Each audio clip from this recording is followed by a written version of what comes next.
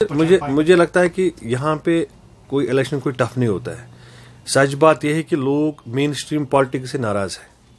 سچ بات یہ ہے چاہے وہ بڑا لیڈر ہو یا چھوٹا لیڈر ہو, چاہے وہ این سی ہو, پی ڈی پی ہو, کانگریس ہو, بی جے پی ہو. بی جے پی کی تو ابھی خاص ہم پولیٹیکل ایکٹیویٹی ہم نہیں کی, اس لیے کیونکہ ابھی لوگوں میں بھی بی جے پی کا پورا رجحان ابھی ہے نہیں, پورا انفارمیشن لوگوں کے پاس سچا انفارمیشن گیا نہیں ہے.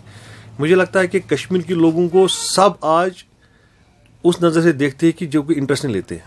اس کی ایک مین وجہ ہے کہ ہمارے لیڈر جو پاور پالیٹکس جو آئے ہیں 47 سے آج تک, انہوں نے اپنے لوگوں کے ساتھ جھوٹ بولا ہے اور اپنے لوگوں کے جو کام کرنے تھے, روٹی کپڑا مکان سڑک بجلی نوکریاں, ہمارے نوجوانوں کو دینے میں ناکام ہو گئے. دیکھیں جب یہ لیڈر پاور میں آ جاتے ہیں, جس دن یہ منسٹر بن جاتے ہیں, جس دن یہ ممبر پارلیمنٹ بن جاتے ہیں, ان دن تو ان کو وہ چیزیں یاد نہیں رہتی ہیں. ان دنوں ان ٹائم تو یہ زیڈ پلس سیکورٹی میں آ جاتے ہیں.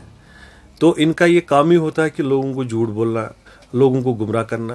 لیکن یہ 2019 ہے, ہمارے کشمیری نوجوان, کشمیری لوگ, بھائی بہن, اسٹوڈنٹس کمیونٹی کے پاس ایک فلی نالج ہے. آج کل سوشل میڈیا وائبرنٹ ہے, ٹویٹر, فیس بک, پھر آپ کی جو انٹرنیشنل یہاں پہ میڈیا آؤٹ لیٹس ہے, ہماری جو آج کی میڈیا ہے یہاں کے کشمیر کے نوجوان جو ہماری میڈیا چلاتے ہیں, جیسے آپ کی آن لائن پورٹلس ہے. سو آج تو سچ اور جھوٹ سارا پتہ چلتا ہے. آج کنوینس کرنے کی کسی کی ضرورت نہیں ہے, آج کسی کو کنوینس کرنے کی اور جھوٹ پروپیگنڈا کے اوپر کنوینس کرنے کی ضرورت نہیں ہے. آج نہ کوئی بڑا لیڈر ہے, آج سارے چھوٹے ہیں. آج سب کو لوگوں کے پاس جانا ہے اور سچ کے ساتھ ہمیشہ قدم بڑھانا ہے. اس لیے میں نے یہ جو آج میرا جو ہیش ٹیگ چلے گا اس الیکشن میں کوشش کروں گا میں لوگوں کو سچ بتاؤں کہ, اور ہم کوشش کریں گے ایک جو لیڈر چن کے بھی آئیں گے اس الیکشن میں, اور آگے بھی چن کے آئیں گے, آگے بھی جیت کے آئیں گے, کم سے کم وہ لوگوں کو جھوٹ نہ بتائے. اس لیے میرا سلوگن بھی رہے گا, جھوٹ چھوڑو سچ بولو. تو یہ بتائیے کہ کل آپ کی پریس کانفرنس تھی رام مادھو جی کی, انہوں نے یہاں پر ملٹنسی سے جو سفرنگ ہوئی ہے, میزریز ہوئی ہے, اس کے لیے تو انہوں نے بات کی, لیکن جو لنچنگ ہو رہی ہے, جو باقی کشمیری کالجز سے جو کشمیری طلبہ ہے ان کو نکالا جا رہا ہے, تو اس کے متعلق ایک بھی بات آپ لوگوں نے نہیں کی, کیونکہ آپ بھی پریس کانفرنس میں ہی شامل تھے.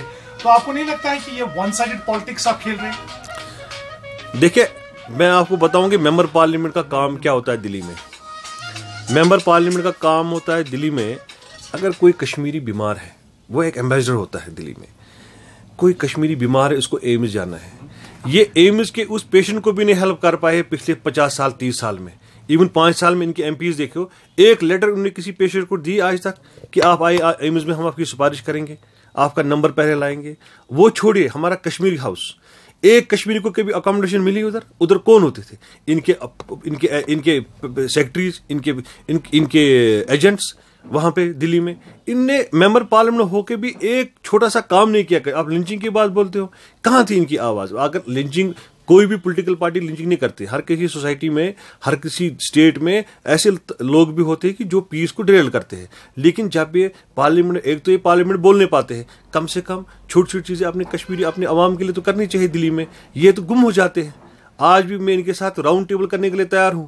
ہمارے جو بھی کنٹیسٹنٹ ممبر پارلیمنٹ یہاں پہ جو لڑ رہے ہیں, میں نے ان کو پچھلی بار بھی بولا, ریکویسٹ کیا کہ آؤ نا, آپ بیٹھو نا, میں دیکھنا سننا چاہتا ہوں کہ آپ کا ویژن کیا ہے پارلیمنٹ کے لیے. ٹھیک ہے, انڈیا پاکستان, آپ فارن پالیسی کے اوپر دھیان دیتے ہو, آپ بولتے ہو کہ چائنا آنا چاہیے, جو کہ آپ کا ڈومینی نہیں ہے, آپ کی اتنی پڑھائی نہیں ہے, آپ نے فارن سروس تو کی نہیں, آپ فارن ایکسچینج منسٹری کا آپ کا مینڈیٹ نہیں ہے.